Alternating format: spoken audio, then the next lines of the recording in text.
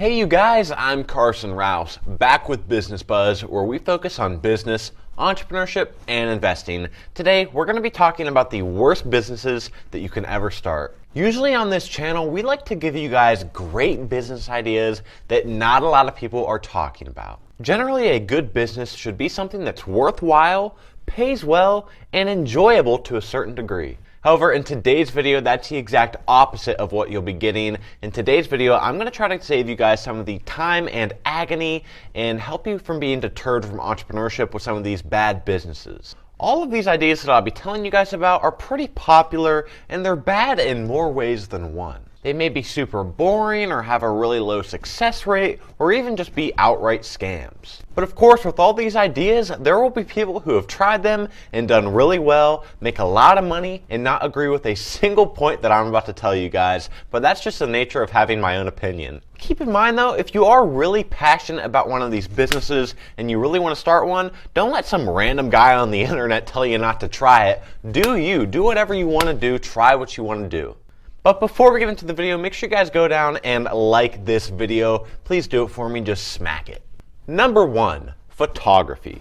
It's 2020 and now everyone and their mother owns a smartphone, meaning everybody can be a photographer. With the smartphones that are out nowadays, the quality of these photos are absolutely stunning, near professional level.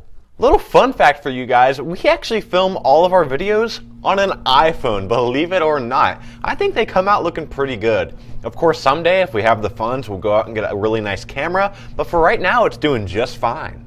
Even though people still hire photographers for different big events and some narcissistic photo shoots, the decline of photographers is real because there's just too much competition out there. It seems as though everybody is trying to start their own photography side hustle. It's just everywhere now. This makes starting as a beginner very difficult when you have some really good competition to go against. So I would keep it as a hobby until you really start mastering your craft. If you insist on doing this business, I would at least recommend doing something unique to stand out. I don't know what that would be, but I would at least specialize in something such as pet photography. Again, there are people who make their living through photography or have a good chunk of their side income through photography, but nowadays it's becoming more and more of a stretch to actually make decent money taking pictures. Number 2, restaurants.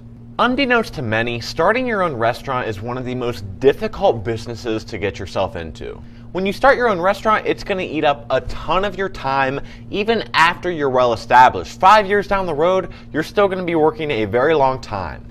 You can say goodbye to your social life and accept the fact that this restaurant is your new life. You may as well pitch a tent in there. I even know a few restaurant owners and they tend to be way more stressed out and they're always talking about just how difficult the business is. While of course this is anecdotal, I have a lot of people who can agree with me there. Restaurants are also known to be very low margin businesses, meaning it's very difficult to keep up with the chain restaurants and the rich restaurants that can buy in big bulk and get way bigger discounts than you. This may be part of the reason that 23% of new restaurants fail within 1 year of opening. That's a number that should not be taken lightly. If you really think about it, 1 year is not that long a time. It goes by pretty quick when you think about it, and in just 1 year, almost 1/4 of restaurant owners call it quits due to whatever their reasons are, whether that be financial reasons or just stress. Also, when being a restaurant owner, you're going to have to deal with the general public. Not only are you going to have to deal with the general public, you're going to have to deal with them when they're hangry, and you do not want to deal with people when they're hangry. Also, as a restaurant owner, you're going to need to be responsible for your employees' actions, and it's hard enough to keep employees as a restaurant.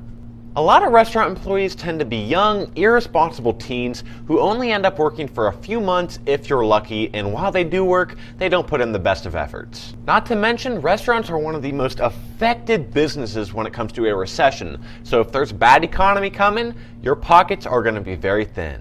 However, if you are very passionate about food and you really want to have your own restaurant, it's better to buy an already established restaurant that is already successful. This is going to be more expensive, but your success rate just jumped up way higher. Number 3, selling handmade goods. On this channel, we love talking about passive income, and when that relates to business, we like to think that most businesses should still reward you for the work that you put in years ago. However, when it comes to handmade goods, you're going to be directly working for your money with every single sale. Not only should you be really skilled and creative with what you're making, but it also needs to appeal to the masses, meaning everybody's got to like it and everybody's got to want to buy it.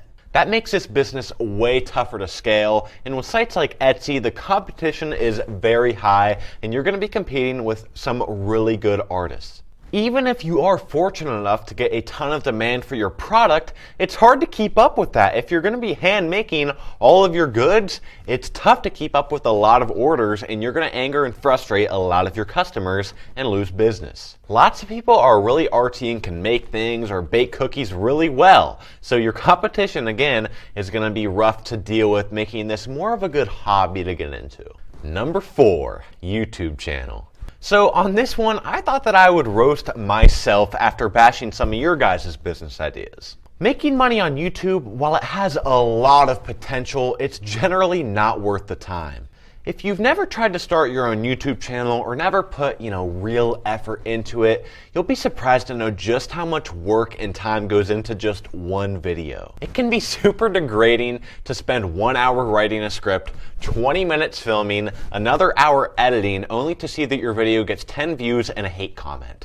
Even after you get monetized on YouTube, which is a daunting task within itself, I have yet to be monetized. I'm getting there, but not quite yet. But even after you do, you still need to get a ton of views to make a decent side income. Let's say you have a $3 CPM on YouTube, meaning that you make $3 for every 1,000 views that you get. By the way, $3 CPM is actually a little above average.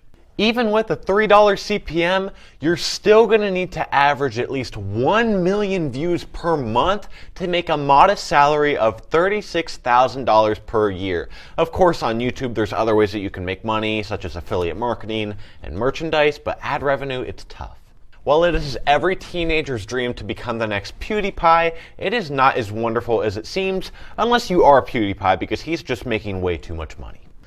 I hope none of you guys ever start one of these businesses, or if you do start one, I hope that you prove me wrong and make millions and laugh in my face. I would actually love to see that. Anyway, make sure you guys go down and like this video if you haven't already. Subscribe to our channel with notifications. We need more notification channels, and see you next time.